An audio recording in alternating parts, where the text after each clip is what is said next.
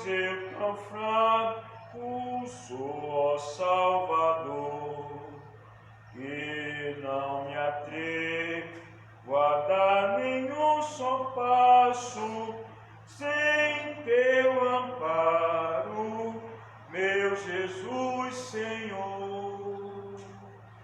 Quero cumprimentar os irmãos presentes com a paz do Senhor Jesus. Amém. E os irmãos que estão em casa também assistindo, com a paz do nosso Senhor e Salvador Jesus Cristo. Quero convidar os irmãos nessa manhã para nós cantarmos o hino de número 305 da nossa harpa. Hino de número 305,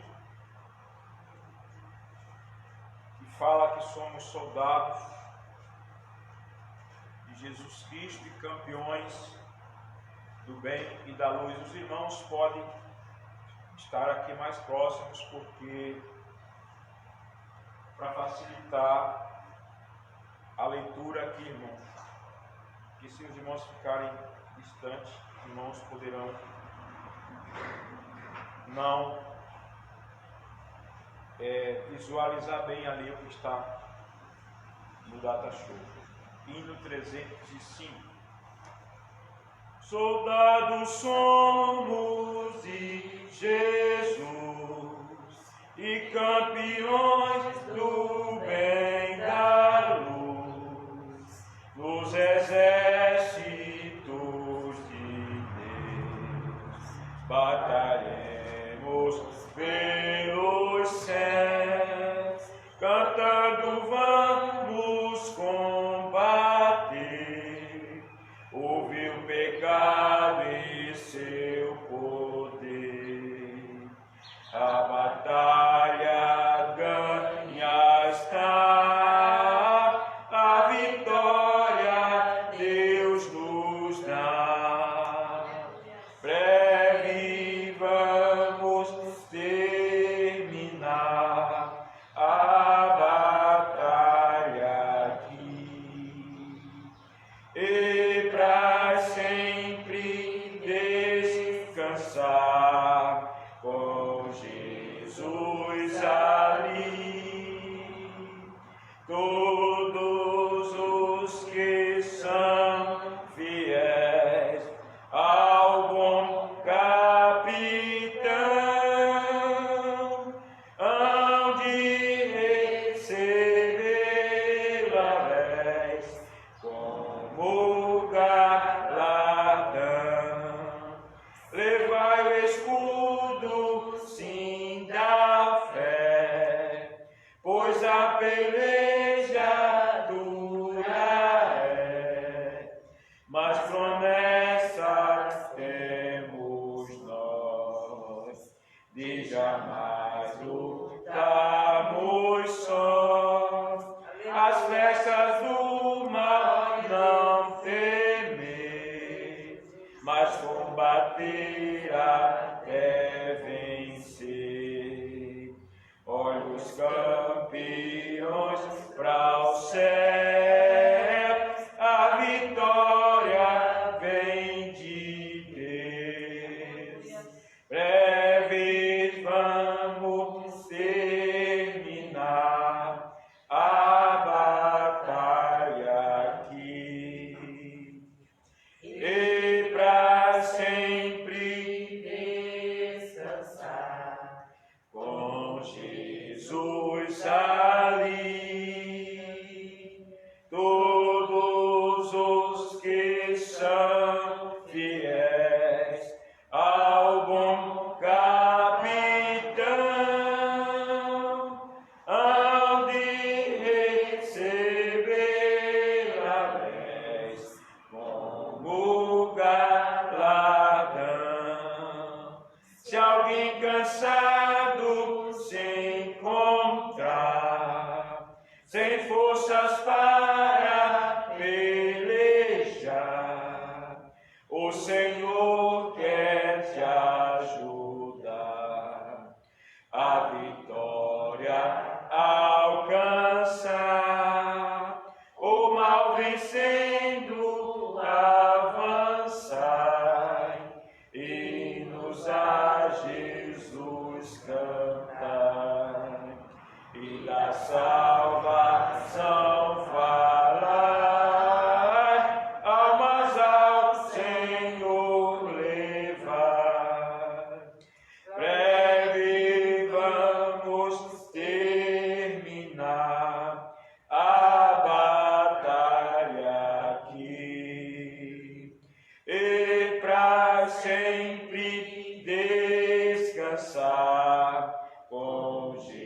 Jesus ali.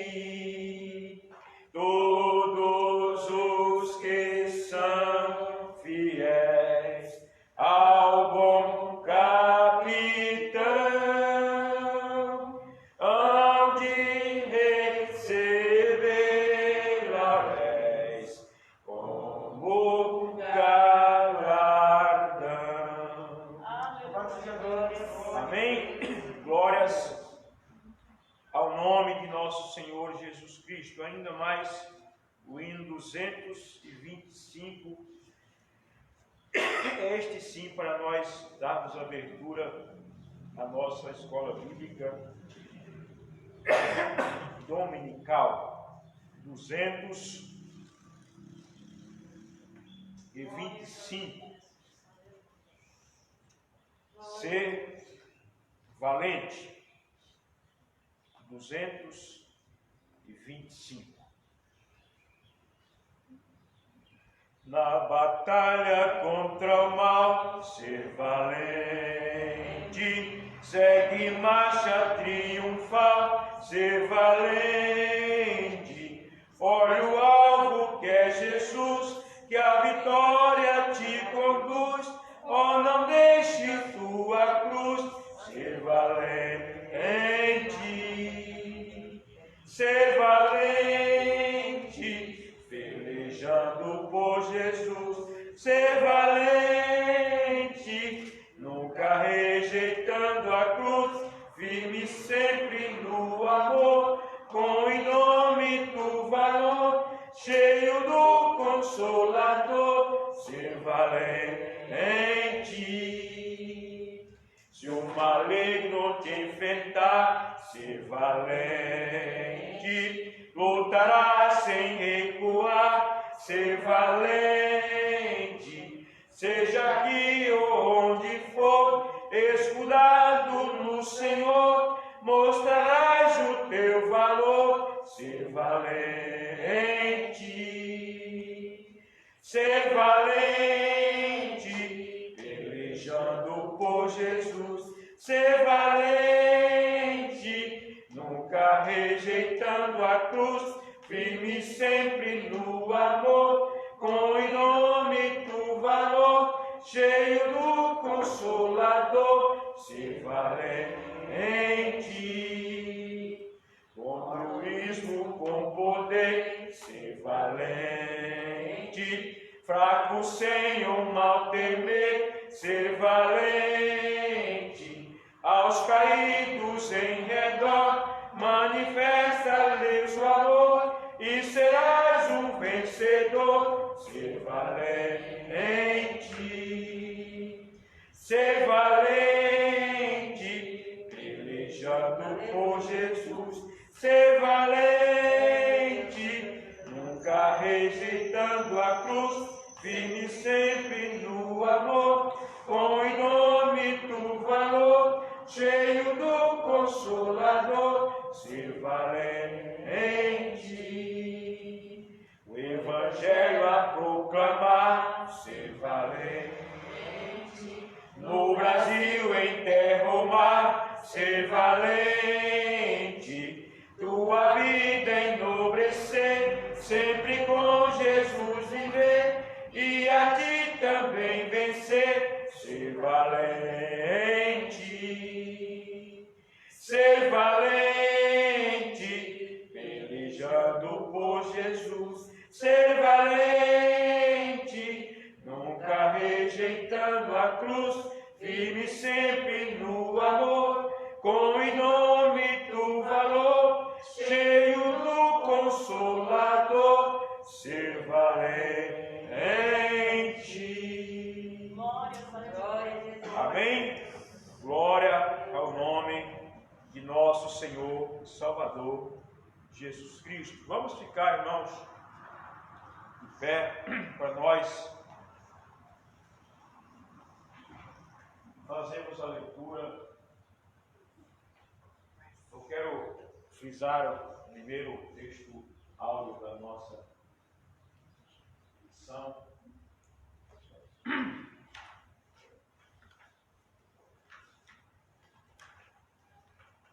Que nessa manhã,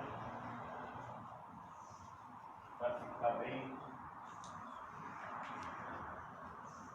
patente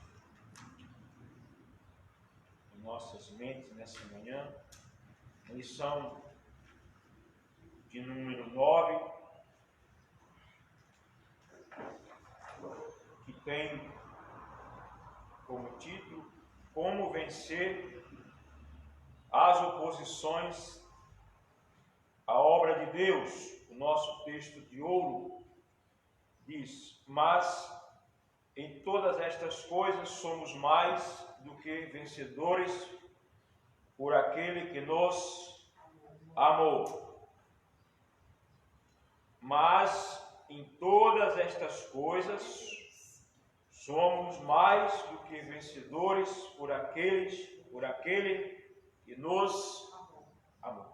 A verdade prática, quando depositamos nossa confiança em Deus, descobrimos que Ele é muito maior do que todos os obstáculos que encontramos. O Salmo 34, ele diz assim: olharam para Ele,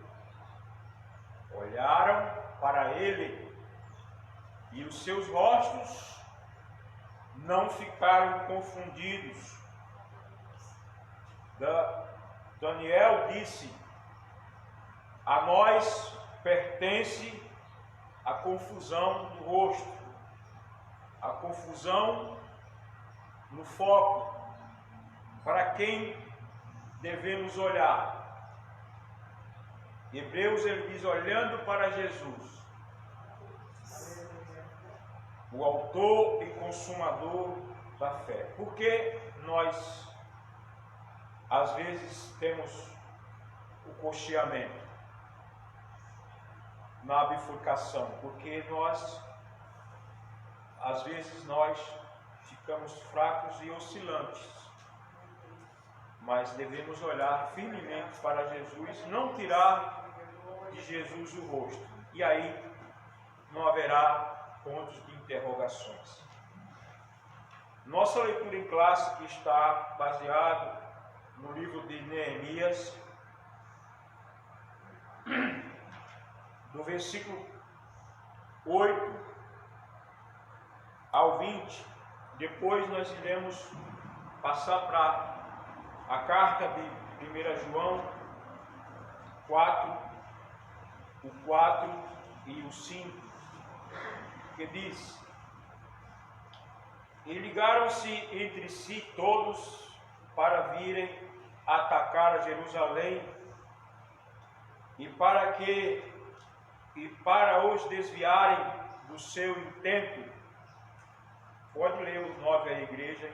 Vamos fazer a nossa leitura responsiva aí.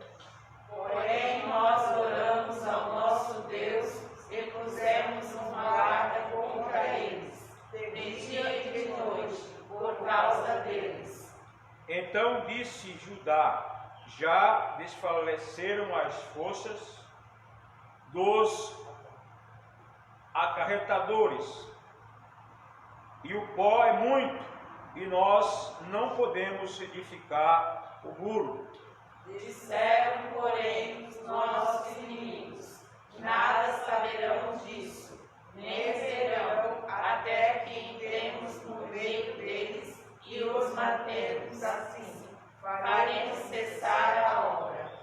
E sucedeu que, vindo os judeus que habitavam entre eles, 10 vezes nos disseram que de dos lugares tornaram a nós.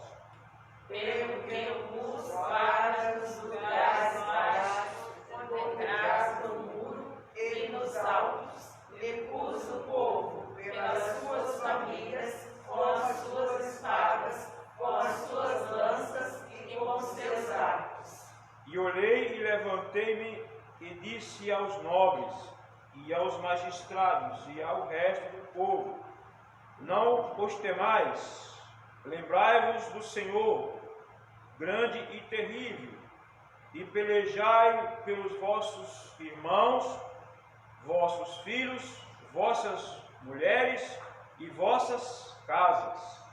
E sucedeu que, ouvindo nossos inimigos, que já o sabíamos, e que Deus tinha desfrutado por conselho deles, todos voltamos ao muro, cada um à sua obra.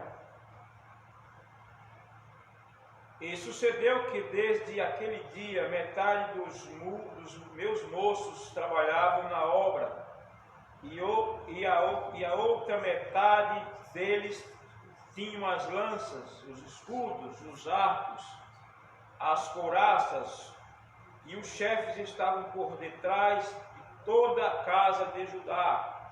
Os que edificavam o muro, e os que traziam as cargas, e os que carregavam, cada um com uma mão, fazia a obra, e na outra tinha as armas. E os edificadores, cada um trazia a sua espada, cingidos longos e edificavam, e o que tocava a trombeta, estava junto comigo.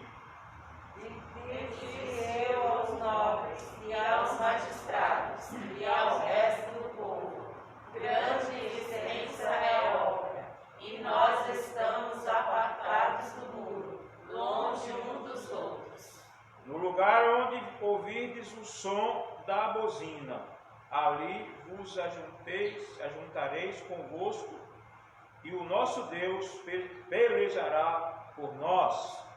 Firmes, dois de Deus, e já os tens vencido, porque maior é o que está em vós do que o que está no mundo. Quem é que vence o mundo, senão aquele que crê que Jesus Cristo é o Filho de Deus? Nós vamos todos ler o versículo 4 de João 4. Vamos lá? 1, 2, 3. Filhinhos, Sois de Deus e já os tens vencido, porque maior é o que está em vós do que o que está no mundo. Podeis sentar. Senhor nosso Deus, nessa manhã, nós queremos sair daqui, ó Deus, com uma palavra de conforto, com uma palavra de orientação, de encorajamento, de força, porquanto os dias são maus, Deus, e o Senhor disse que no mundo nós teríamos aflição, e que bom ânimo era preciso ter, porque as nossas forças se acabam, mas maior é o que está conosco, o que está em nós, do que o inimigo que está aí no mundo. O mundo todo jaz no maligno, mas o Senhor prometeu estar conosco até a consumação dos séculos. Portanto, Senhor, continua conosco. Essa é a promessa que o Senhor tem dito, que ficaria conosco até a consumação dos séculos. Amém? Deus possa abençoar a igreja do Senhor que está aqui e a igreja do Senhor que está em casa. Deus possa abençoar você nessa manhã, você que mais tarde, outra hora, vai poder também participar dessa live, que Deus possa estar abençoando e que através dessa palavra Deus também possa encorajar a tua vida, te dar força para você poder vencer. A nossa lição tem uma enquete aqui: como vencer as oposições às obras ou à obra de Deus. E eu vejo que a maior obra de Deus para nós, nos dias de Neemias, a obra de Deus se referia à reconstrução da nação que estava dispersa pelas nações gentílicas. Mas nos nossos dias creio que a maior obra de Deus que Jesus mais quer construir é cada um de per si. Cada um. Porque creio eu que se cada pessoa estiver bem construída, bem alicerçada, bem firme com a sua fé e sua confiança em Deus, um após o outro, as fraquezas, elas se tornarão mais fortes, porque se cada um souber levar a sua cruz, se cada um souber empunhar a sua espada e manejá-la e fazer a sua autodefesa, cada um poderá se estar sempre bem construído e bem equiparado ou bem equipado e firme nas mãos do Senhor. E assim sendo, cada cristão em si, na sua família, na sua casa, ele passará essa força, essa fé, essa constância também para a sua casa. E se assim em casa também o cônjuge ou o filho partilharem dessa mesma fé, as casas, por assim dizer, também sofrerão dessa construção, dessa confiança que cada um de você pode ter. E assim você será sempre um Neemias que vai estar sempre construindo os muros, porque hoje não se trabalha mais com a construção, agora ganhou outros elementos. Hoje nós não construímos mais com os mesmos materiais. Hoje a construção se dá na família. Qual é a nossa luta? O que é que nós queremos construir? Queremos construir nossa família? Queremos construir nosso lar? Queremos construir a base da família, que é a célula máter da sociedade? Se as famílias não estiverem bem construídas e constituídas, a sociedade herda uma família falida. Porque a família, que é a base da sociedade, veja como será a sociedade com famílias totalmente destruídas, totalmente desconstituídas. Vai refletir direto na sociedade. Mas veja, se as famílias forem bem constituídas, a sociedade também estará recebendo famílias já bem constituídas, já bem formadas, com seus ideais de vida, e logo não terá tantos problemas para lidar. Por isso, nessa manhã, que nós possamos, como Neemias, que tinha a missão de reconstruir os muros de Jerusalém e reconstruir a base da sua nação, também nós sejamos um Neemias desses, que venhamos a estarmos preocupados em construir a base da nossa família. E a Bíblia diz: tem cuidado de ti mesmo e da doutrina, porque fazendo isto te salvará tanto a ti mesmo como aqueles que te ouvem. E quem deve estar mais seguro da chamada? É você mesmo. Neemias estava muito seguro da chamada que ele fora encarregado. E quando todo mundo estava desbaratinando,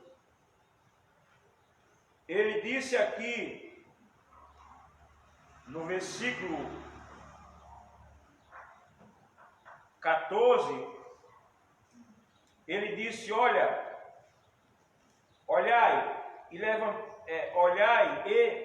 olhei e levantei-me e disse aos nobres e aos magistrados e ao resto do povo: não temais, lembrai-vos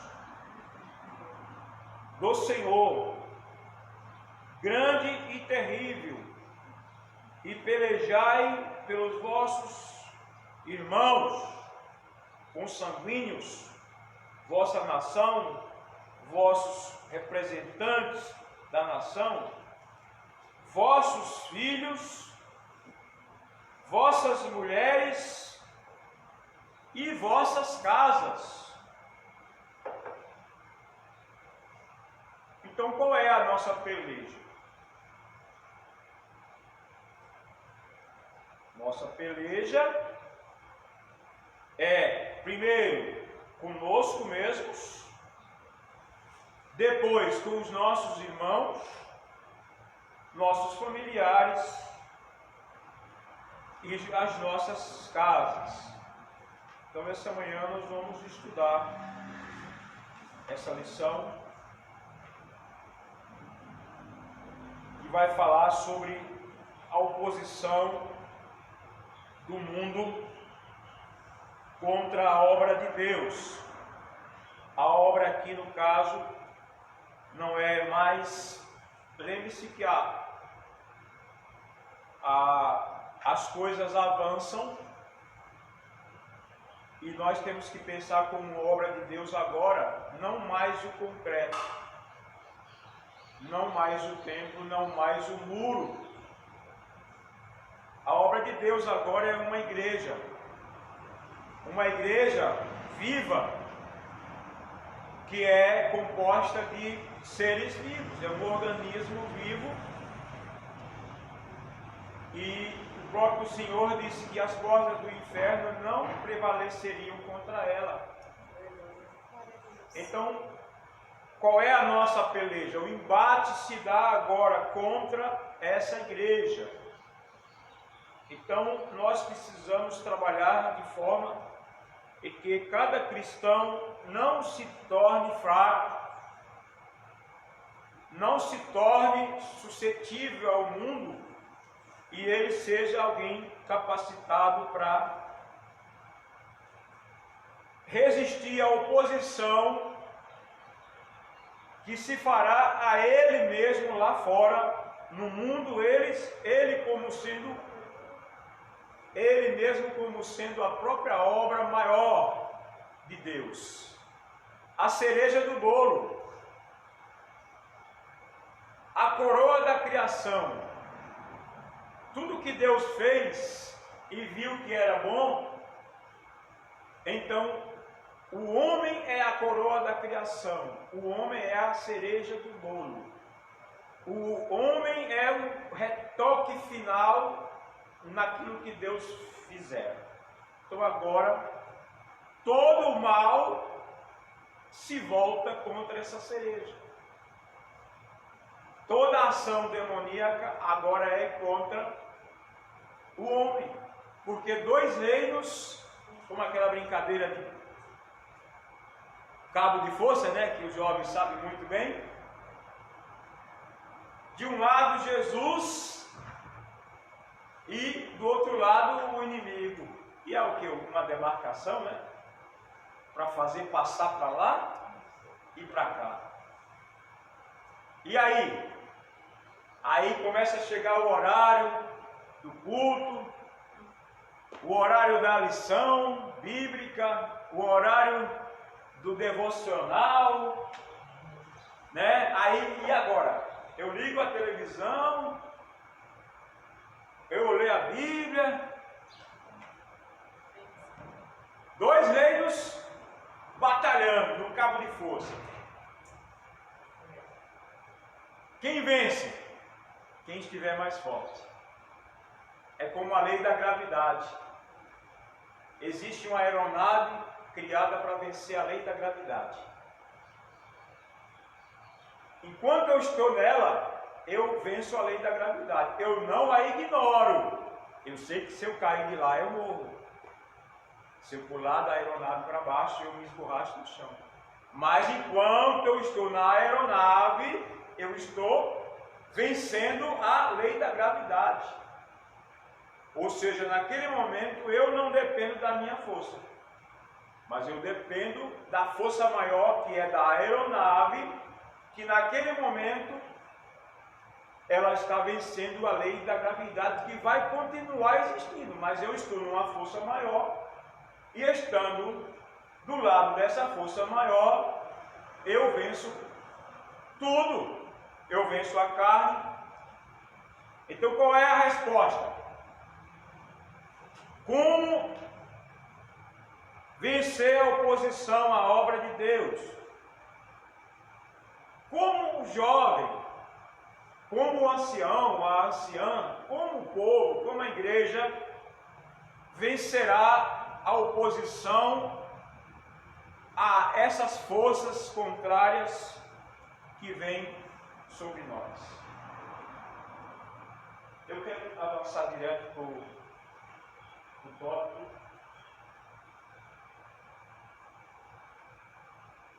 Dá para alguém ler daí? Dá para ler, irmão? Dá. Pode ler? Ela destaques ataques. Não, a Bíblia, qual é a procedência desse ataque?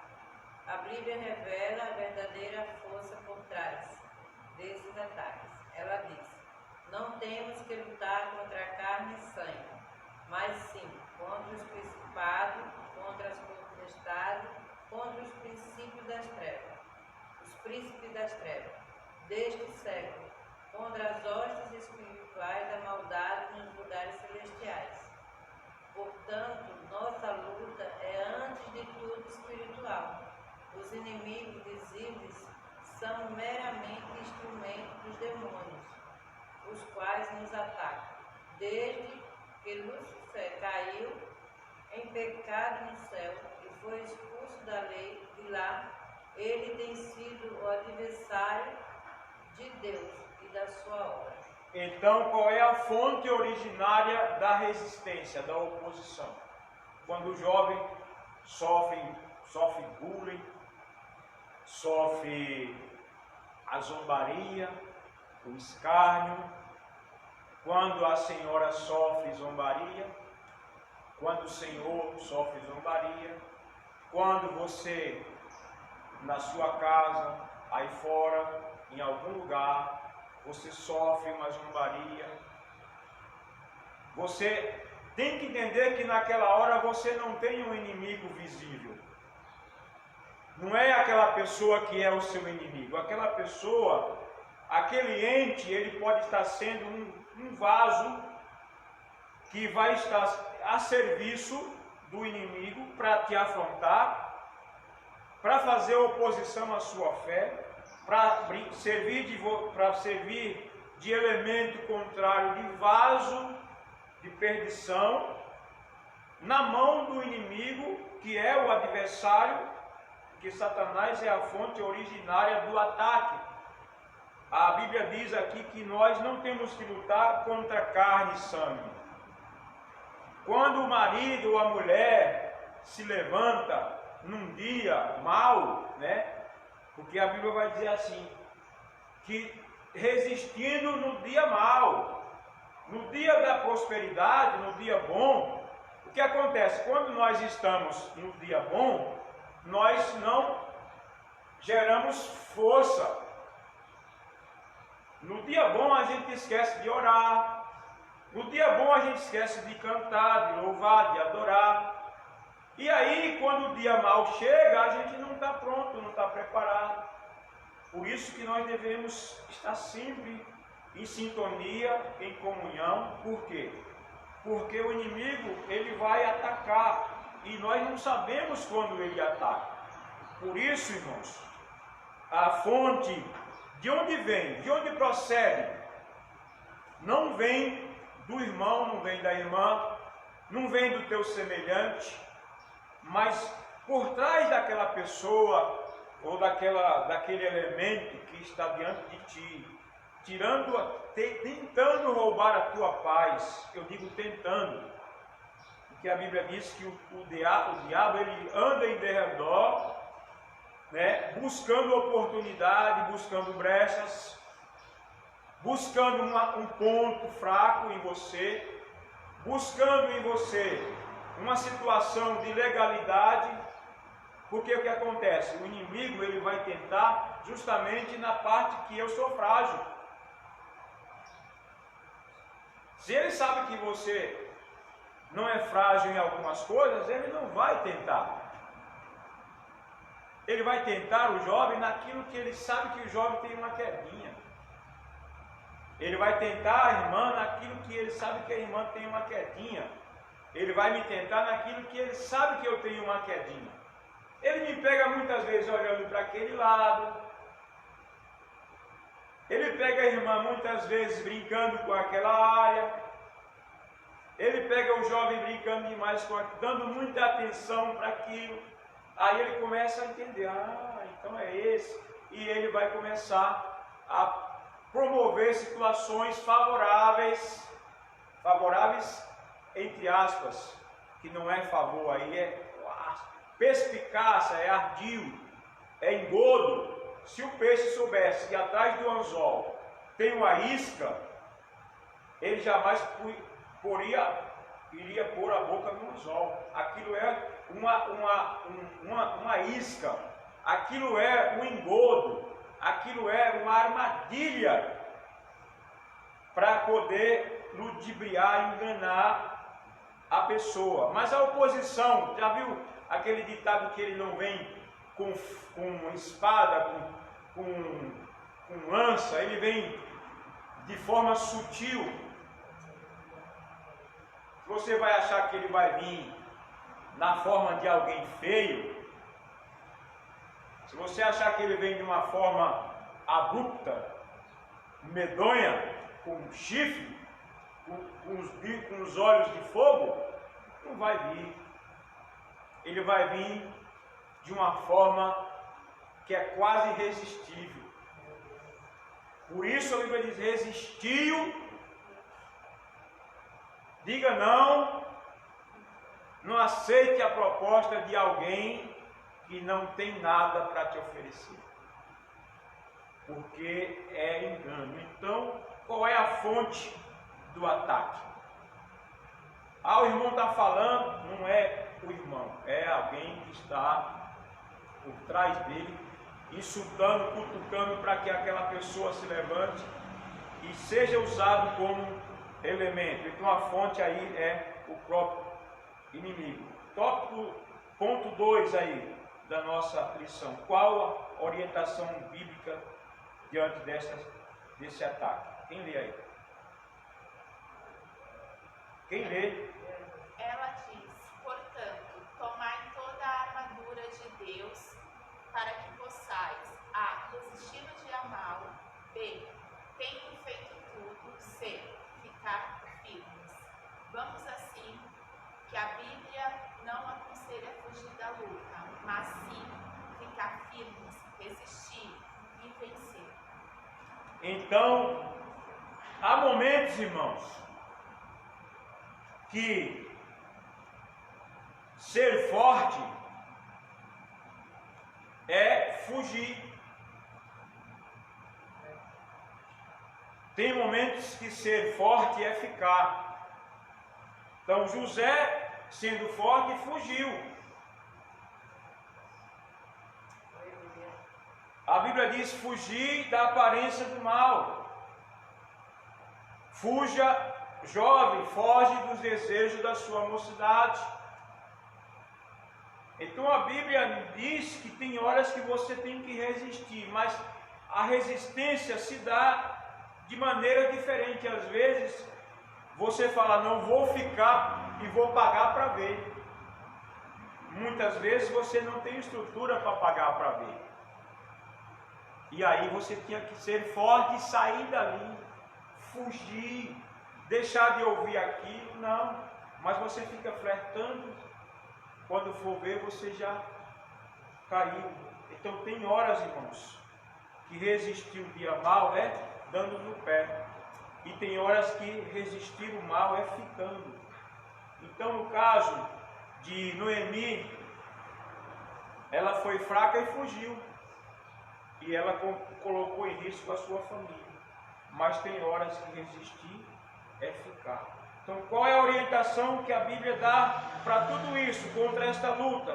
Tomar a armadura, é se capacitando, é se equiparando, é fazendo uso da Bíblia, é se revestindo da Bíblia como sendo um manual de instrução, um manual de ensino, um manual que nos instrui, que nos ensina como agir em determinados momentos. Então, quando você faz isso, você se torna alguém como se estivesse com uma couraça, como um soldado que está equiparado para lutar essa luta. Então, qual a orientação que a Bíblia nos dá diante desta luta? Ela fala que você tem que tomar a armadura de Deus. Ela fala para você resistir no dia mal. Ela fala para você que depois que você fizer tudo isso, você vai ficar firme. Mas para que isso aconteça, você precisa estar revestido das armaduras de Deus. E aí você se torna um vencedor. E qual é e quem é o vencedor? Vencedor é alguém que vence a dor, é alguém que vence as causas. Os motivos seriam drásticos.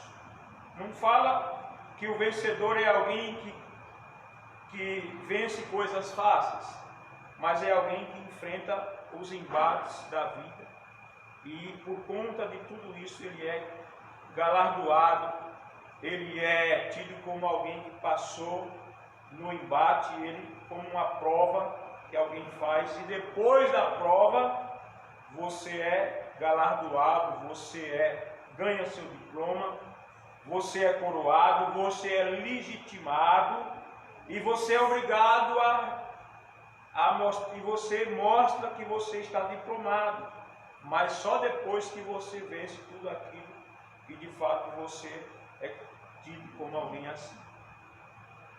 Terceiro ponto, nesta luta contra o mundo invisível, a arma mais eficaz é a fé. A Bíblia diz que quem vence o mundo, sendo aquele que crê, senão aquele que crê que Jesus é o Filho de Deus.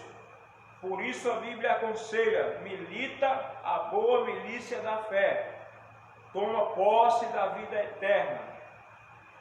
E pela fé experimentamos a operação do Espírito Santo na nossa vida. Jamais devemos permitir que alguma coisa venha abalar a fé, porque sem fé é impossível agradar-lhe. Devemos não temer, mas crer somente. Não deis lugar ao diabo. Então, qual é a vitória que vence o mundo? O que é que vence o mundo? O que vence o mundo, irmão, é a nossa fé. É a capacidade que cada pessoa tem de absorver o ensino, é a capacidade que alguém tem de olhar para Jesus e fitar os olhos nele e de ouvir a palavra, porque a fé vem pelo ouvir e ouvir a palavra, e isso vai gerando confiança, segurança.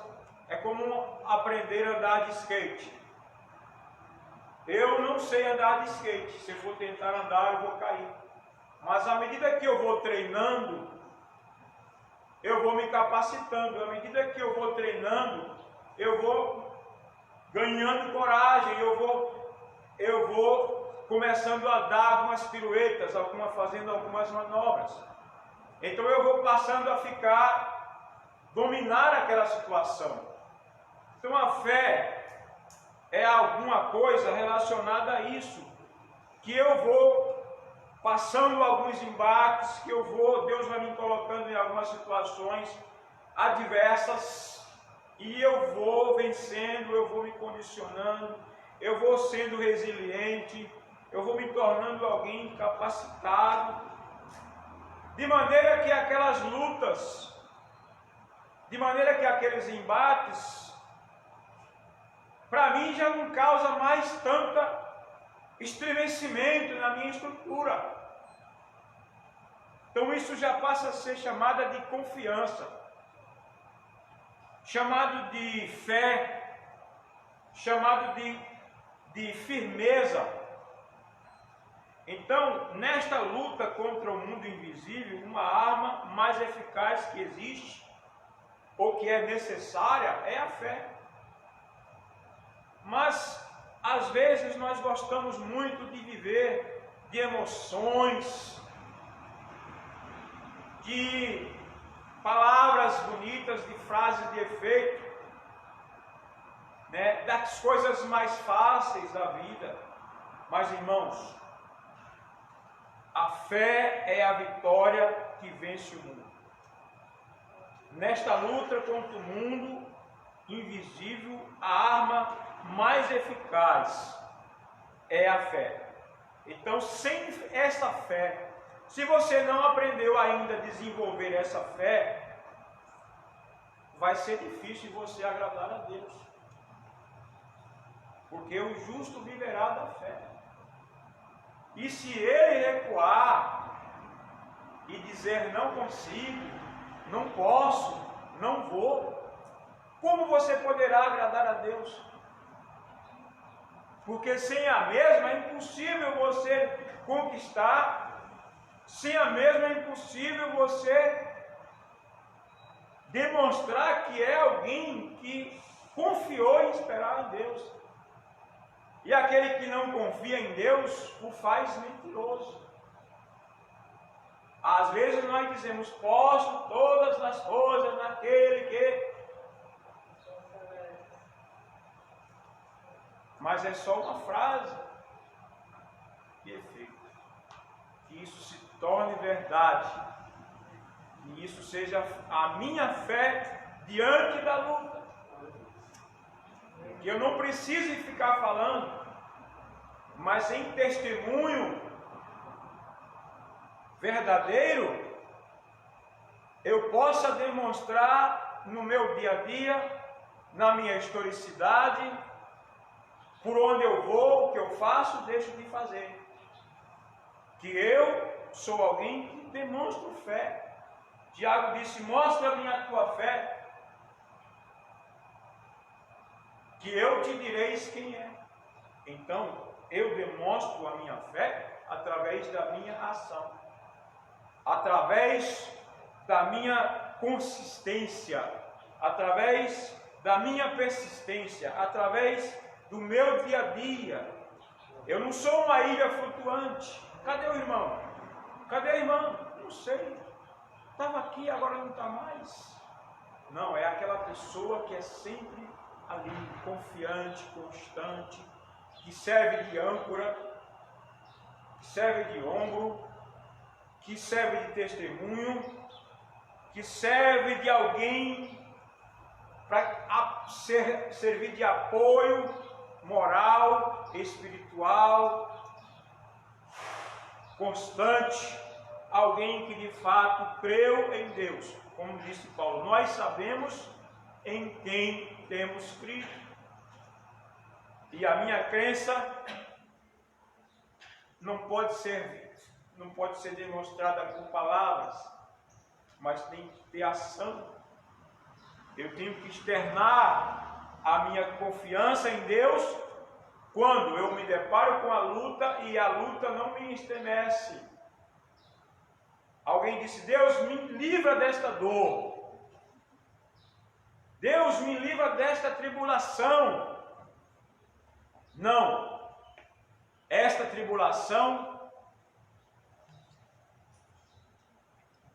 desta dor eu não te livro. Eu vou te tornar resiliente ao ponto desta dor não te causar mais problema. Você se tornará alguém capaz a não sentir mais essa dor. E essa tribulação não estará mais, não estremece mais a sua estrutura. Ela vai continuar existindo, mas você vai olhar e vai rir na cara dela. E não vai causar mais estremecimento na sua fé.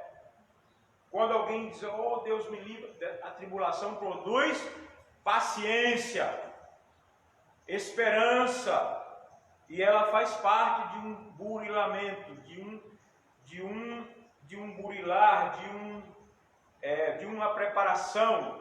A Bíblia diz que através de muitas provações e tribulações nos importa herdar a vida eterna.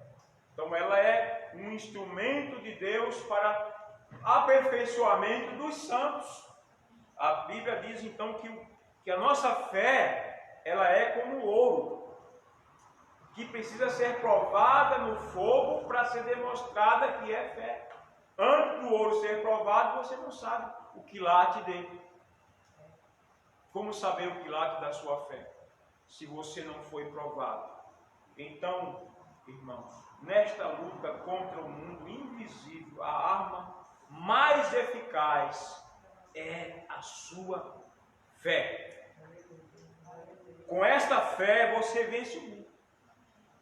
Com esta fé, nada te encanta, porque a sua fé é o alvo principal, olhando para Jesus, o autor e consumador da fé. Então, ponto culminante, o nosso foco ideal, o nosso ideal de vida, é como diz, a fé que uma vez foi entregue aos santos, é um hino, né? Pela fé que uma vez foi entregue aos santos. E aí Jesus disse na oração da mulher, da viúva, né? Quando eu voltar, acharei ainda fé na terra? Crerão em mim, mas que possamos crer como diz a Escritura. Nesta luta, as armas devem ser espirituais. Quem lê esse ponto aí para nós, o ponto 4, em nome de Jesus? Só as armas espirituais atingem e alcançam os reais inimigos, os demônios. As armas carnais só nos prejudicam, pois muitas vezes levam-nos a dar lugar ao inimigo. Então, não podemos lutar com estas extraterrestres. Não podemos lutar com seres de outra dimensão com armas carnais, com a língua, com o braço, com nenhum esforço humano você conseguirá vencer o inimigo. Você precisa ter em mente que nesta peleja tu não terás que pelejar. Você tem que admitir que Deus será aquele que pelejará com você. E isso só se dá quando nós admitimos que eu tenho que demonstrar a minha fraqueza ajoelhado. Quando você vê alguém ajoelhado, não pense que ele é forte. Ou não pense que ele está tentando demonstrar um sinal de fortaleza. Pense, por outro lado, que aquele irmão é tão fraco que ele é dependente. E ele está orando. Porque com a oração ele está dizendo, eu não posso. Eu não sou. Jó disse, não está em mim a minha força. A minha força não é força de pedra. A minha força é o Senhor. Então a nossa arma contra seres de outra dimensão, que são anjos caídos, essas armas precisam ser espirituais. precisam ser a oração, precisa ser uma comunhão inabalável. Os motivos que nos separam entre irmãos sejam menores do que os motivos que nos unem como irmãos em comunhão, sejam mais fortes do que aqueles que tentam nos separar como irmãos. Minha comunhão com o Ricardo, não existe nada que possa separar a gente. Assim sendo, eu estou dizendo, a minha comunhão é indiscutível em Deus, porque Ele é meu irmão em Cristo. E em Cristo nós estamos irmanados. Fazemos parte do mesmo todo, da mesma completude.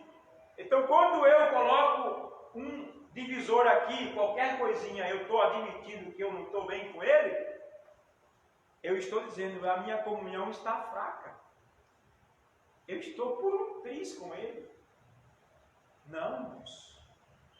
As armas da nossa milícia,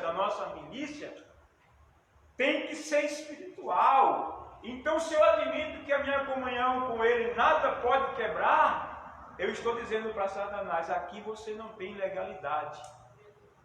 Aqui você não vai pôr o bedelho, porque ele não está nem perto de estremecer. Pode acontecer o que acontecer. Mas eu não vou permitir que Satanás venha colocar o seu dedo aqui. Enfraquecer a minha relação com o meu irmão, que faz parte do corpo de Cristo, por conta de um olhar feio.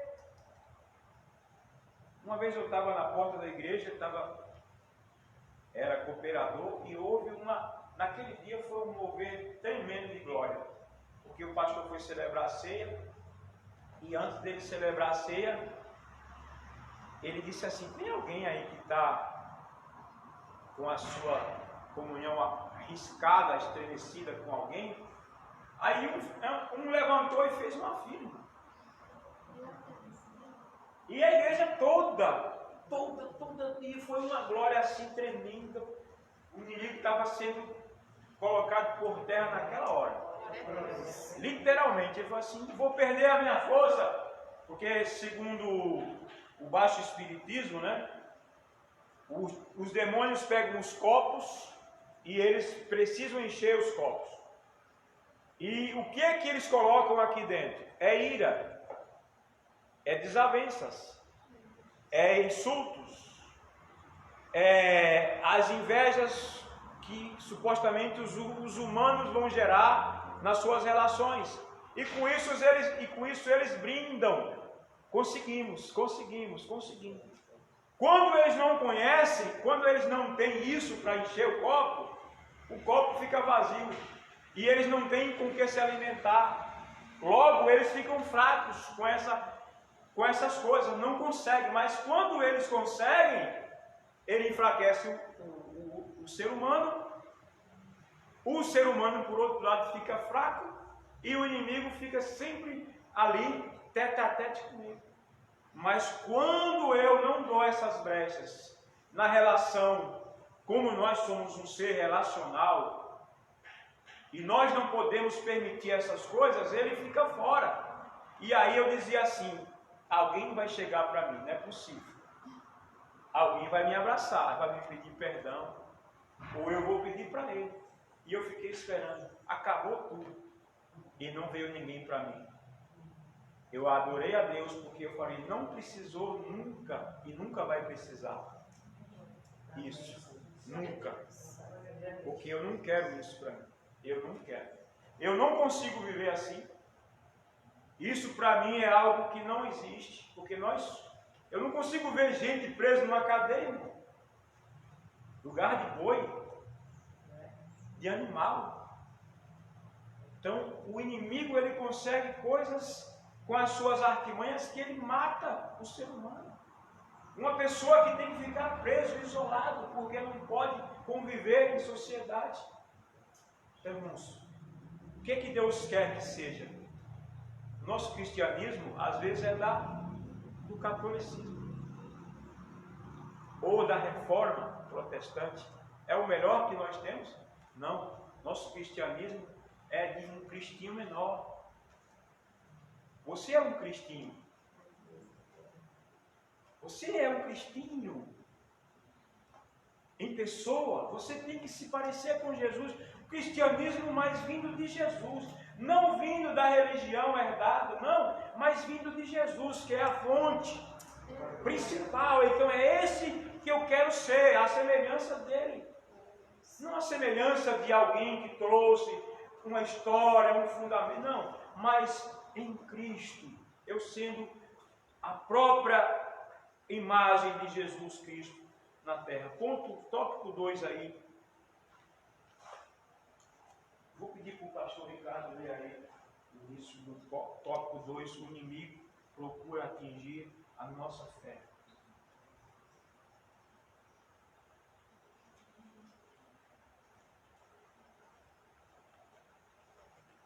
O inimigo procura atingir a nossa fé. O inimigo ataca com a arma do desprezo.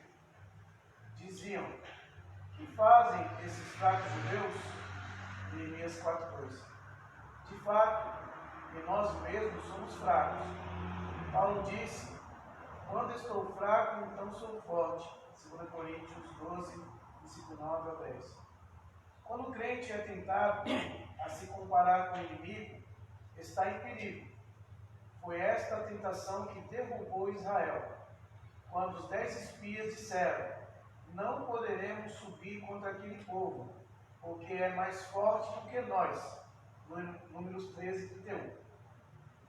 Os israelitas recusaram-se a subir, recusaram-se a dar ouvidos à mensagem de fé transmitida por Caleb, que dizia: certamente prevaleceremos contra ela.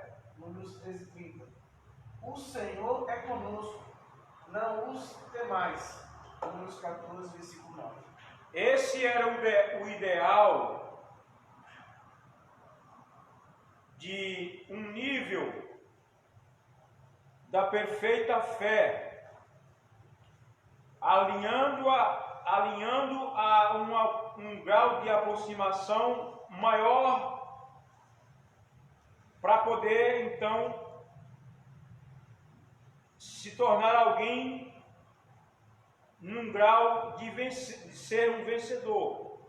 Ele disse assim: não podemos subir contra aqueles, porque são mais fortes do que nós.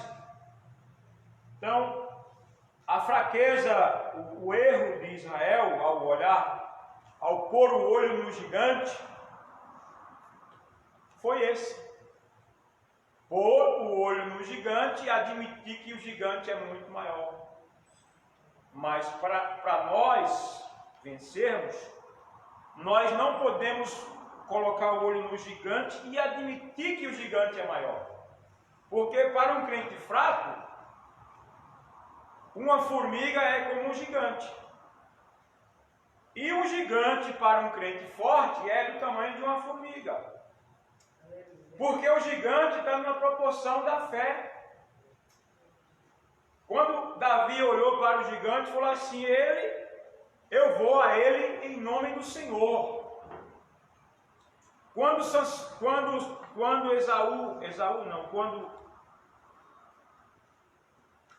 esqueci o nome do rei agora. O rei de Israel lá, que antecedeu Davi. Saul. Quando Saul olhou para o gigante, ele disse assim: você não pode ir contra ele, filhinho. Você não viu o que você vai fazer? Você é um jovem de 17 anos, vai lutar contra um campeão. Olha, você não vai poder ir contra ele. Davi nem quis saber. Eu quero lá saber de olhar para o gigante. Porque se eu for olhar de fato para o problema, realmente eu tenho que fazer isso, eu tenho que fazer aquilo, é difícil, é assim. Aí realmente eu vou ficar, a minha fé vai. Mas a Bíblia diz: se no dia da peleja você se mostrar fraco, sua força vai se tornar pequena. Mas eu vou a ele em nome do Senhor. Eu sou fraco, sim. Eu sou fraco, admito, mas a minha força não é a minha, não é o meu braço, eu não confio em carro, não confio em cavalo, eu tenho que confiar em Deus. Deus é o meu salvaguardador, é a minha salvaguarda. Deus é o meu braço forte, Ele é a minha rocha, Ele é meu escudo, Ele é a minha espada. Eu sou fraco, sim, eu sou. Mas o Senhor prometeu que estaria comigo. O Senhor prometeu que essa guerra não seria minha, mas Ele seria aquele que me daria a vitória. Então, o inimigo ele procura atingir a nossa fé, mas nós, mesmo sendo fracos, eu admito, eu sou fraco, mas o poder de Deus se aperfeiçoa na fraqueza de bom grado. Então Deus não conta com pessoas fracassadas. Tipo assim, eu estou sempre fraco, fraquinho. Deus conta com pessoas fracas em atitudes, admitindo, mas que não se entrega a uma fraqueza constante. Porque senão, nem Deus vai conseguir me levantar. Vou estar sempre ali, morrendo. Não, eu admito que sou fraco. E permitir, às vezes a gente é tão forte que não admite que Deus atue. A força contrária. Somos tão fracos que isso se torna uma fortaleza para Deus. Ele não consegue mexer comigo, com a gente. Porque eu fico tão parado, tão estático, tão na mesmice, tão num comportamento tão, num desânimo tão grande, como Elias, que sai daí, rapaz. Não vou. Não quero, vou morrer. Mas rapaz, sai daí. Não. Eu admito que eu vou morrer. E tendo pão, tendo água, tendo suprimento. E eu não admito que eu vou sair dali. Então, irmãos, que eu não queira medir a minha capacidade olhando para um elemento humano. Aqui eles olharam para outro povo, que supostamente eles admitiam que era mais forte do que ele. Mas eu não tenho que ficar cantando, se eu cantasse como ele, se eu pregasse como ela, vivendo sempre como cópia, e sem ser você mesmo. Embora tenha pouca força, não negue o nome de Jesus. Senhor, estão aqui 5 pães e 2 peixinhos, mas que é isso para tantos? Entregue na mão de Deus. Uma vez uma irmã queria ir trabalhar com um departamento infantil em algum lugar, e ela disse assim, mas pastor Isaías, eu não posso não, porque eu sei tão pouquinho. Aí eu falei assim, então pega esse pouquinho e dê para Deus. Ela foi para Paraíba. De lá ela me ligou e falou assim, pastor Isaías, eu peguei aquela palavra que o senhor disse que era pouquinho, mas desce para Deus, e eu dei. E agora está de vento em pouco aqui, ó. Tem criança de todo lado, e eu estou vendo que realmente faz efeito a gente fazer isso. Então, é quando a gente entrega o que é pouco ao Senhor, como ele disse nessa passagem. Aqui tem aqui alguém com 5 pães e 2 peixinhos, mas que é isto para fazer tudo isso? Jesus, alguém precisou se apresentar, alguém estava ali. Então Jesus vai querer que alguém se apresente, embora você não tenha o recurso, embora você seja fraco, embora você não tenha a capacitação total que você vê aos seus olhos, mas se apresente, que dessa forma Deus vai te abençoar, embora você admita que é fraco, mas o poder de Deus vai se aperfeiçoar na sua suposta fraqueza, que você acha que é fraco, mas você é forte, porque Deus está contigo. Maior é o que está contigo do que o que está no mundo. Eu ganhei um jovem para Jesus, Eu comecei a ensiná-lo a orar, a ler a Bíblia. Aí ele estava em casa um dia.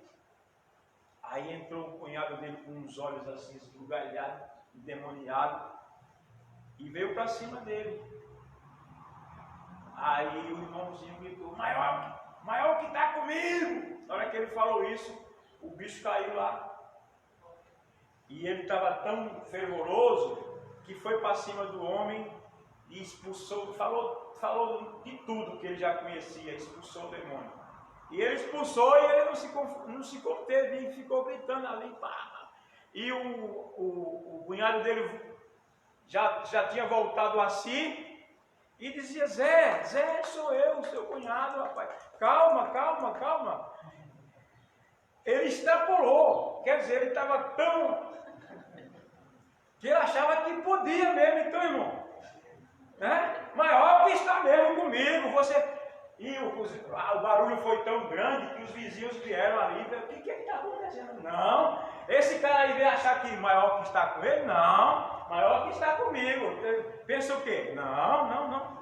Então, irmãos, quando a gente está com o Senhor, quando nós admitimos que maior que está comigo, os outros, né? Eu sou maior, porque maior é o que está comigo. Então não há lugar. Estou fraco, né? Só Deus, só Jesus na causa, né? Oh, meu Deus, só Jesus na causa. Que causa? Que causa que você quer colocar Jesus?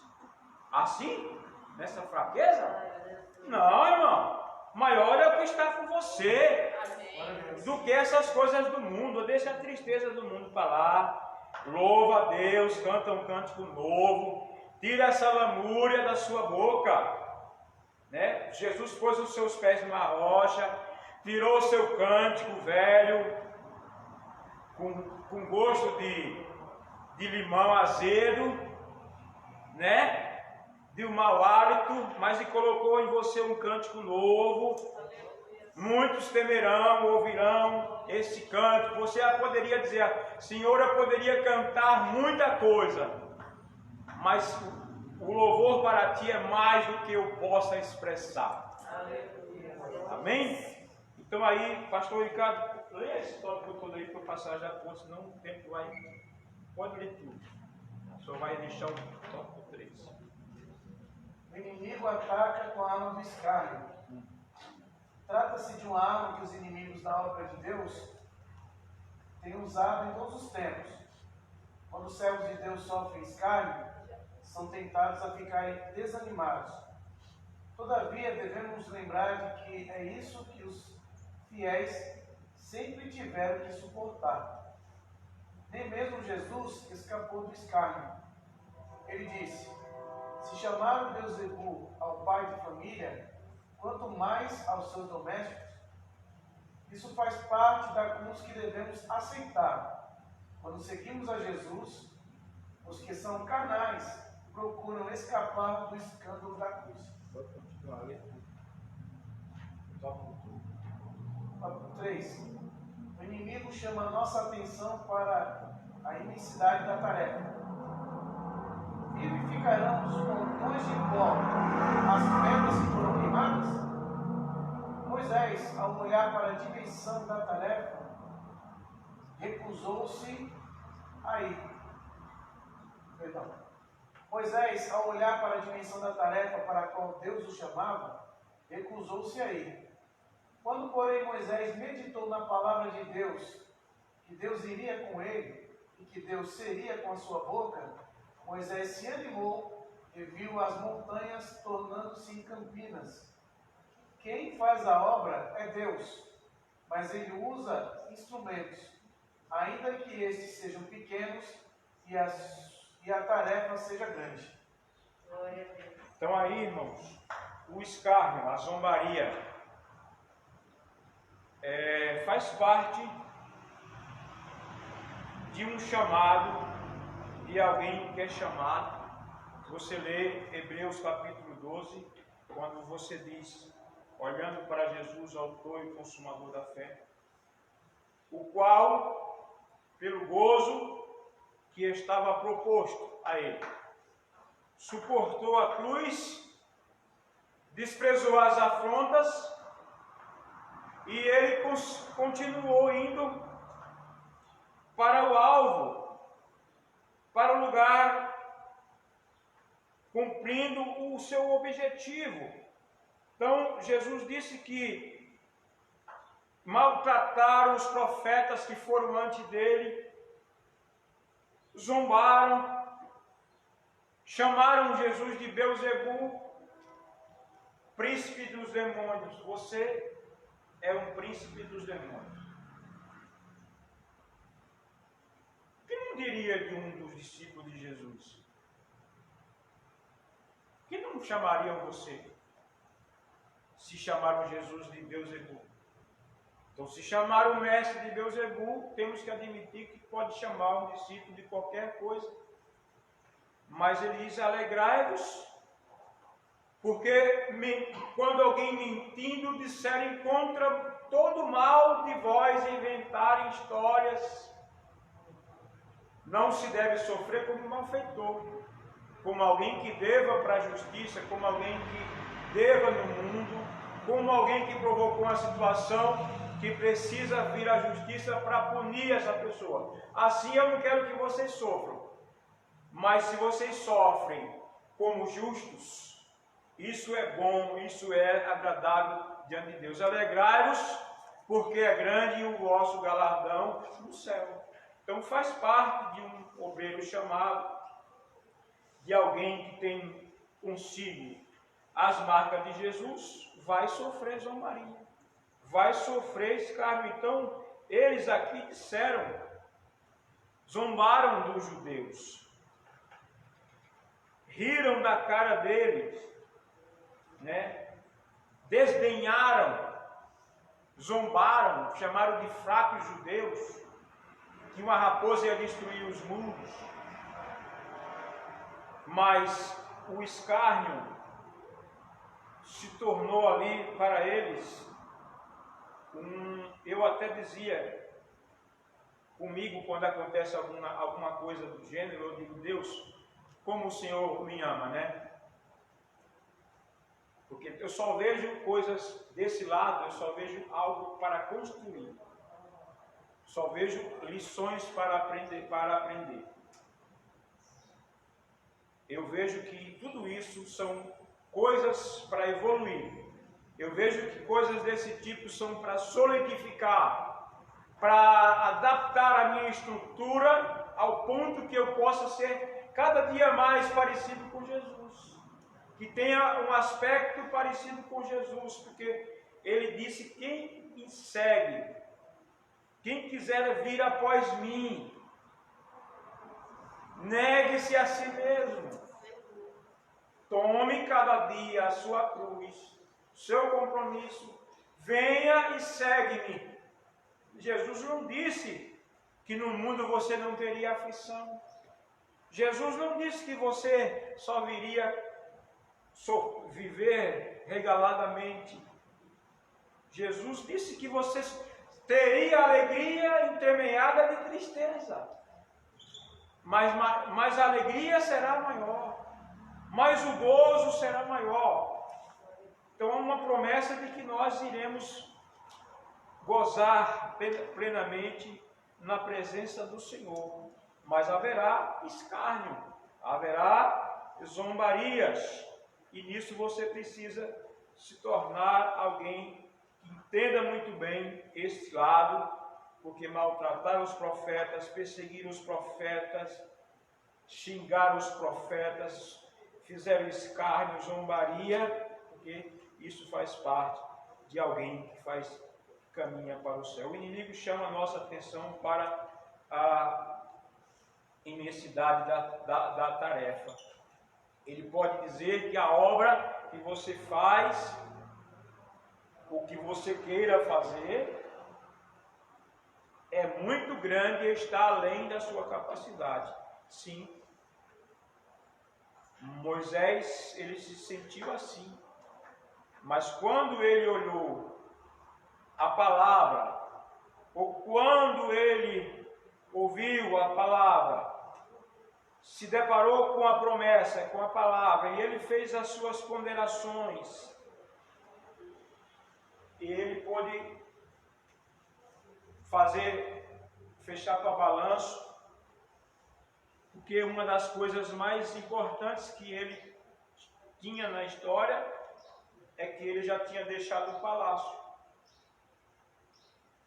o seu lugar de conforto, a comodidade. Ele já tinha saído daquela situação perigosa de se tornar um faraó, de se tornar alguém grande, de viver no pecado. Ele já tinha largado isso. Agora ele tinha passado 40 anos pensando que era alguém no palácio. Foi para o deserto para descobrir que não era ninguém. E agora estava às margens de descobrir o que Deus faz com alguém que se diz não ser mais ninguém, ou que se acha insuficiente para uma chamada. E ele disse: olha, eu sou pesado de língua. E ele quis até transferir a chamada para Arão. Mas depois ele recobrou a consciência e ele viu que, embora a chamada fosse muito grande, muita coisa a ser feita, muito pesada a obra, o Senhor, eu vou dizer o que para eles lá? O que eu vou falar? Vai e diz que o grande eu sou me enviou a vós. Então é o grande eu sou que te chama, que te comissiona. É o grande eu sou que vai te abençoar, que vai, no final, você vai ser coroado. Jesus vai dizer: servo bom e fiel, sobre o pouco você foi fiel, entra para o gozo do seu Senhor. Então, embora você sinta que seja pesada a cruz, a chamada, em que a obra que tu estás fazendo ou que tu intentas fazer é muito pesada, mas o Senhor te dá força para você ser capaz de fazer isso. Você pode finalizar o quarto?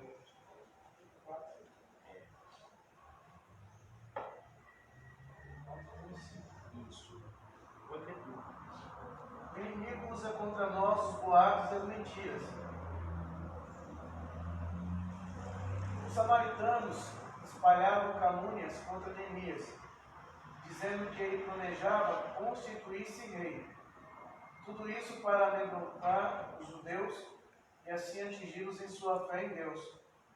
Neemias respondeu: de tudo o que dizes, coisa nenhuma sucedeu, mas tu do teu coração o inventas. Paulo escreveu, tornando-nos recomendáveis em tudo, por honra e por desonra, por infâmia e por boa fama. Jesus aconselhou aqueles que sofrerem acusações mentirosas a alegrarem-se e exultarem, e não atentarem para o que se fala deles. O inimigo usa como arma a astúcia. Os samaritanos convidaram os judeus para juntos se congregarem nas aldeias, porém tentavam fazer mal a Neemias. Insistiram na proposta, mas o convite foi repetidamente recusado por Neemias. Estou fazendo uma grande obra, não poderei descer. O inimigo usa como arma as ameaças. Os inimigos dos judeus ameaçaram guerrear contra eles, a fim de espalhar medo e pânico entre o povo de Deus. Porém, diz Neemias: oramos ao nosso Deus e pusemos guarda contra eles. Os judeus não atacaram os samaritanos, mas defenderam a sua área de trabalho. Então aí, irmãos, o inimigo usa as mentiras, os boatos, o inimigo usa as astúcias e as ameaças. Então, na nossa vida moderna, o inimigo usa os meios modernos, os meios que ele tem hoje, que ele pode usar contra o povo de Deus, contra a igreja, contra você, contra mim, né? Nos dias de Neemias, ele já se utilizava dos inimigos vizinhos, dos povos vizinhos, para amedrontar, lançar boatos, mentiras e astúcias contra os servos de Deus daquele tempo, que eram os judeus. E nós hoje é que somos os servos de Deus. Então nós, como Neemias, também sofremos boatos, mentiras, calúnias, as astúcias do inimigo também, para tentar nos amedrontar, nos ameaçar, para que nós venhamos perder a nossa esperança e a nossa confiança em Deus. Mas que nós possamos estar sempre em oração, que é o tópico que nós vamos poder agora finalizar com os irmãos. Qual o segredo da vitória de Neemias e os judeus? Irmã Maria Luísa, pode ler esse tópico aí? Não dá para ler. Os judeus venceram porque tinham certeza de que estavam na vontade de Deus. Neemias disse aos seus inimigos: o Deus dos céus é o que nos fará prosperar. Neemias sabia que o Senhor o havia enviado para Jerusalém e pelejava por eles. Esta certeza nos guarda de precipitações e de falarmos palavras impensadas. Podemos assim governar o nosso espírito. Amém. Então Neemias sabia com certeza que Jesus, que Deus o tinha vocacionado de Susa até Jerusalém para cumprir uma missão, um encargo. Como eu falei no início, quem deve estar cônscio, convicto da sua chamada é você. Se você estiver convicto da sua chamada, ninguém te removerá ou revolverá do seu propósito. Mas, se você precisar de curtidinhas e de aprovações dos outros para ficar bem na fita, não pense que você fará grande coisa. Mas quando você colocar no seu coração que Deus te chamou, que você está fazendo um serviço para Deus, como eu sempre falo, o elogio às vezes é o pior inimigo de alguém que está na obra. Então, fique confiante.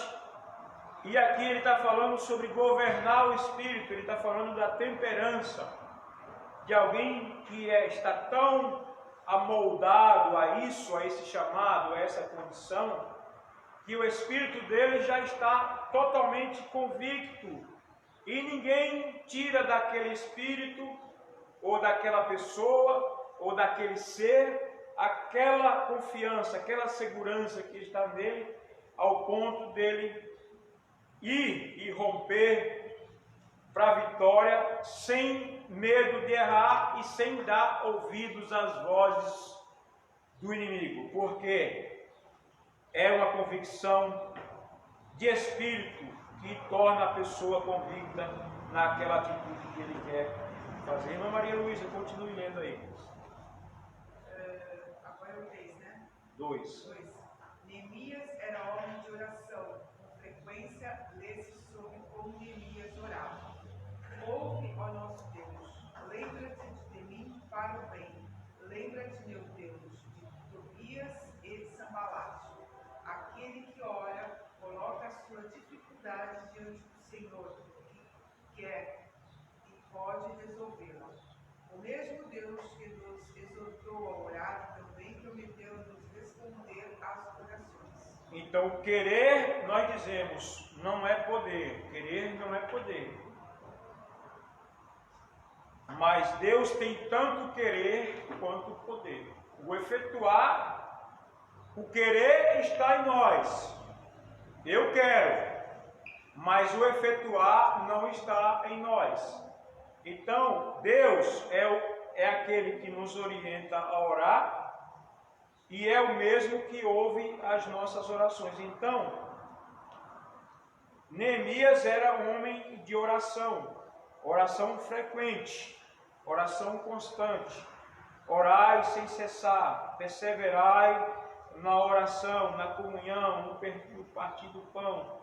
Alguém disse assim que quando você ora uma oração rápida, bem sucedida, isso não quer dizer que essa é a sua única oração. Talvez você já gastou muito tempo em oculto no seu quarto, e agora quando você vem a público e ora, Deus responde, mas você já pagou o preço. Então Neemias era um homem que pagava um preço, era alguém que estava sempre em contato com Deus, e a vitória era algo que ele confiava às mãos do Senhor. E quando ele viesse a orar, a vitória também já era certa. Não havia fraqueza em Neemias. Como diz Jeremias 3, 23, 3, né? Clama a mim e responder-te-ei e anunciar-te-ei coisas grandes e firmes que não sabe. Então Deus diz, clama a mim e responder-te-ei e anunciar-te-ei. Então se eu clamar, se eu orar, certamente Deus vai mover as pedras, Deus vai abrir o caminho, Deus vai abrir o mar, Deus vai abrir a porta, Deus vai enviar alguém, Deus vai enviar o corvo, Deus vai, não importa, o meio Deus vai dar. Eu só preciso orar ao Senhor. Continue lendo, irmã Maria Lúcia. Devemos também orar. Orar sem cessar. Jesus deixou-nos o mesmo ensino. Falou-nos da necessidade de perseverarmos na oração, usando para isso uma parábola.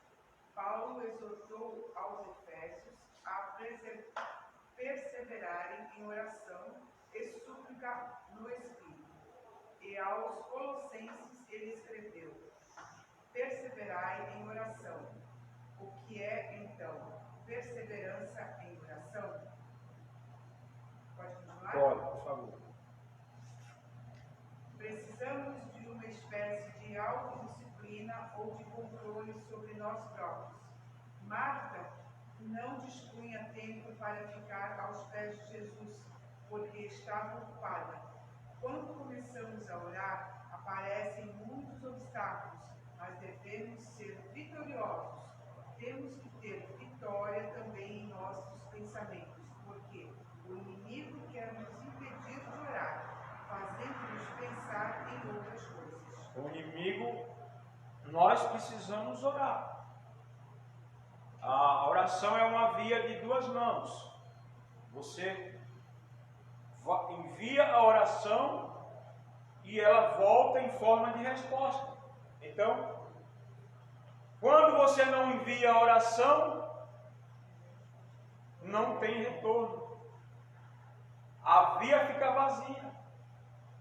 Então o inimigo sabe que ele põe bloqueios, ele põe elementos sutis, ele divide a minha mente com ocupações, como Marta, estando afadigada, com muitas agendas, e aí eu preencho o meu dia todo com as ocupações, as pré-ocupações, né, que são ocupações do amanhã, e meu dia se torna pesado.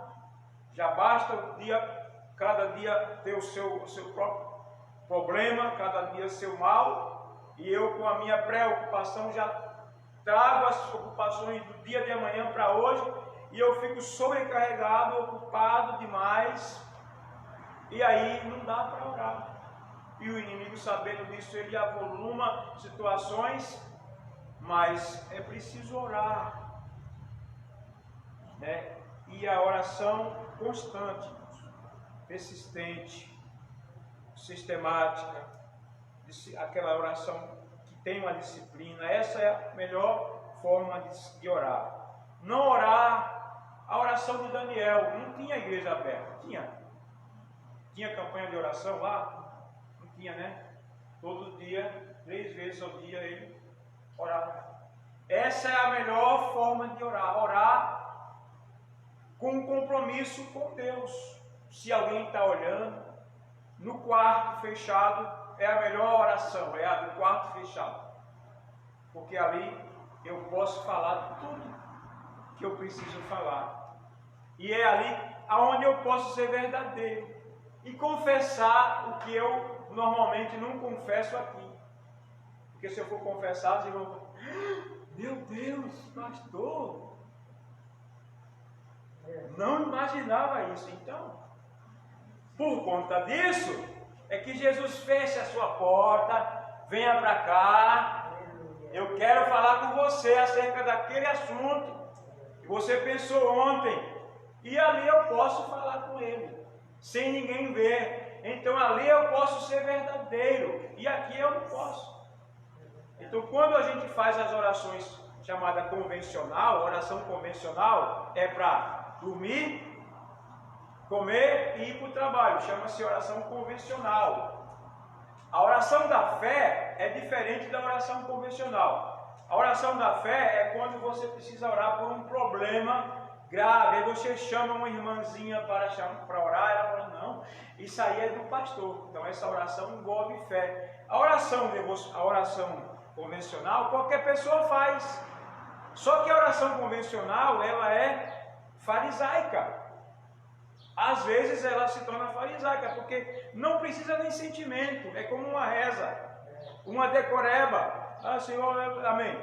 E a fé? E a oração que envolve uma ação espiritual, um embate, um problema, que preciso entrar numa batalha espiritual. E aí, se eu ficar na convencional, por isso que eu falo, muita gente ora, mas não ora.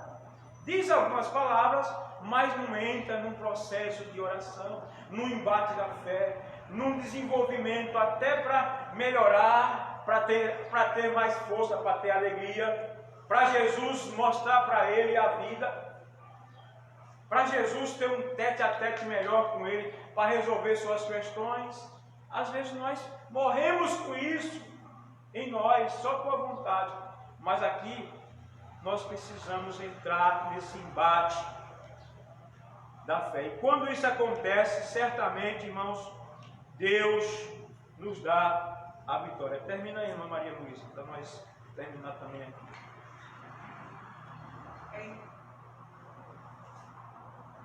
Pode ler. Persistir em orar assim que o diabo procure tornar pesada e difícil a oração. Daniel orou 21 dias e veio a resposta. E então ele soube que a resposta demorara porque os espíritos malignos tinham impedido a resposta.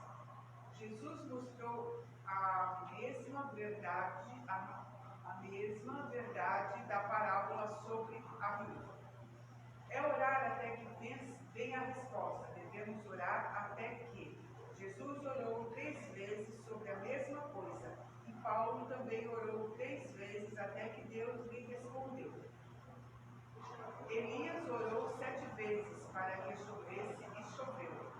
E os discípulos perseveraram em oração até que o fogo caiu. É uma prova de que o espírito de oração opera em nós. O Espírito Santo ora em nós enquanto trabalhamos, enquanto nos ocupamos de nossas tarefas diárias. O Espírito Santo não se preocupa acerca da posição do nosso corpo, isto é, se estamos ajoelhados, deitados ou em pé. Isto é o segredo de estarmos sempre orando. Dá liberdade ao Espírito, e ele levar-te-á para esta gloriosa vida de oração. Aleluia! A vitória é nossa pelo sangue de Jesus.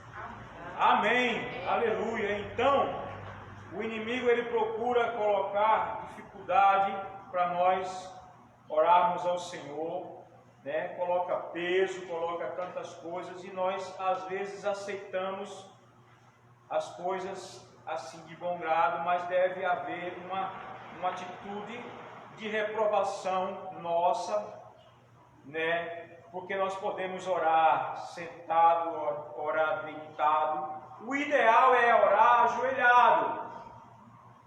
Mas nem todo mundo que ora ajoelhado está ajoelhado, está? Não. Está assim, ó. Então está corporalmente inclinado,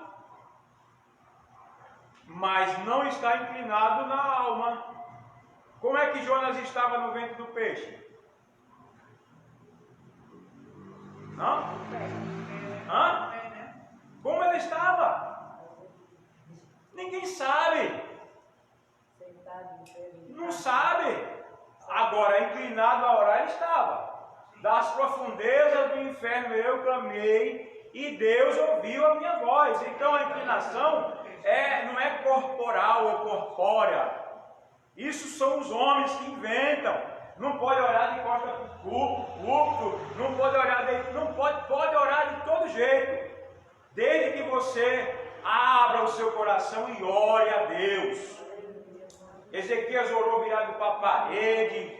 Enfim, só digo que ore ao Senhor. Abra a sua boca no meio da rua. Clame, ore, lavando louça.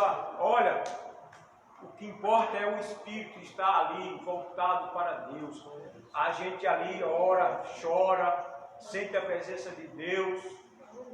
É livre, a oração é livre. Do jeito que o Senhor colocar em nossos corações para orar. Importante que nós possamos levantar as nossas vozes em oração, sem cessar, andando na rua, trabalhando.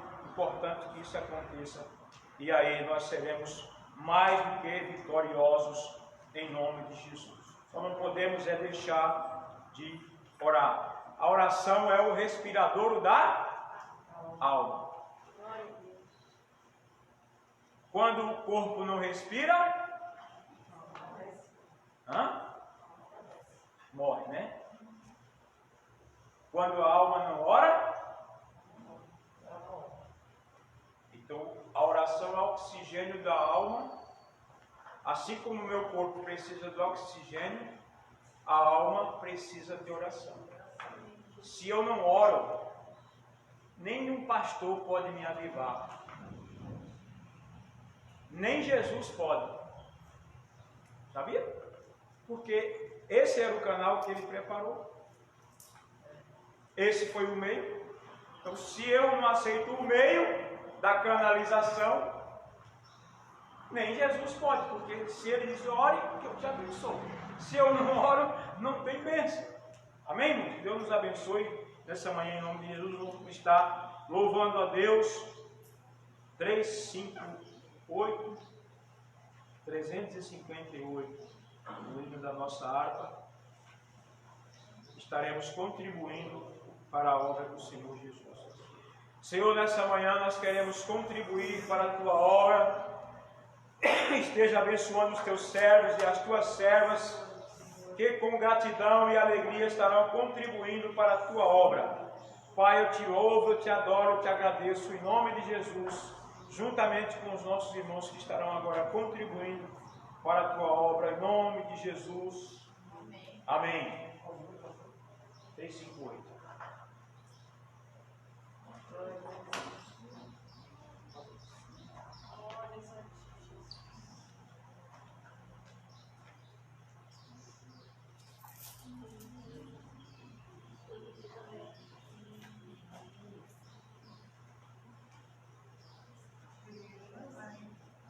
Os fiéis oravam unidos no cenáculo ao Senhor, quando foi do céu descido o real Consolador. Senhor, manda já o teu poder, Senhor, manda já o teu poder, Senhor, manda já o teu poder e batiza cada um. qual um vento veemente, o poder a casa encher. Línguas vieram sobre os crentes, mas de fogo lá do céu. Senhor, manda já o teu poder. Senhor, manda já o teu poder. Senhor, manda já o teu poder e batiza cada um. Noutras línguas se falarão, como Cristo conceder. Do Espírito transbordarão, exaltando o Rei dos céus. Senhor, manda já o teu poder. Senhor, manda já o teu poder. Senhor, manda já o teu poder e batiza cada um. O poder foi prometido para os servos do Senhor e para todos concedido, se o pedirem com fervor. Senhor, manda já o teu poder. Senhor, manda já o teu poder. Senhor, manda já o teu poder e batiza cada um. Amém, irmã Maria Luísa vai estar fazendo? Não? Então, o pastor Ricardo vai estar assumindo desde agora. E nós estaremos dando final a essa escola bíblica desta manhã, em nome de Jesus. A paz do Senhor Jesus a todos, irmãos presentes, a todos os irmãos que estão assistindo também a essa escola dominical. Vamos colocar de pé, agradecer a Deus por essa manhã. Deus abençoe a cada jovem que se faz presente, a cada uma das irmãs que estão aqui presentes, em nome de Jesus. Quantos mais precisam de oração? E a casa. Lembrando os irmãos que às 18 horas estaremos aqui adorando ao nome do Senhor Jesus. Que nós possamos estar na casa de Deus com um coração alegre e grato ao Senhor pelo que Ele é e por tudo quanto Ele tem feito. Oremos. Senhor Jesus, nós te agradecemos, Senhor, graça ao essa Pai. oportunidade, onde estivemos aqui, Senhor, nessa escola bíblica, Aleluia, Jesus. aprendendo acerca da Tua palavra, Senhor. Glória a Mesmo Deus. que os inimigos, ó Pai querido, mesmo que o inimigo se levante Meu contra as Deus, suas armas, que abençoa. nós possamos, ó Pai, estar aptos, Senhor, usando Glória as ao teu armaduras santo nome, espirituais. Jesus. Deus querido, abençoa a Tua igreja de maneira especial, que possam ter o Abençoa, domingo abençoado Deus. e que logo mais à noite possamos estar aqui te adorando. Abençoa com toda sorte de bênçãos, dê Aleluia. saúde a Teus filhos, ó Pai, e despede os que estão aqui presentes, Senhor, em paz e segurança para os seus lares. Aleluia. É o que eu te peço e te agradeço no nome de Jesus. Amém. Que a graça do nosso Senhor e Salvador Jesus Cristo, o amor de Deus, a comunhão e a consolação do Espírito Santo sejam por todos agora e para todos sempre. Todos digam Amém. Deus abençoe em nome de Jesus. Amém. Glória a Deus.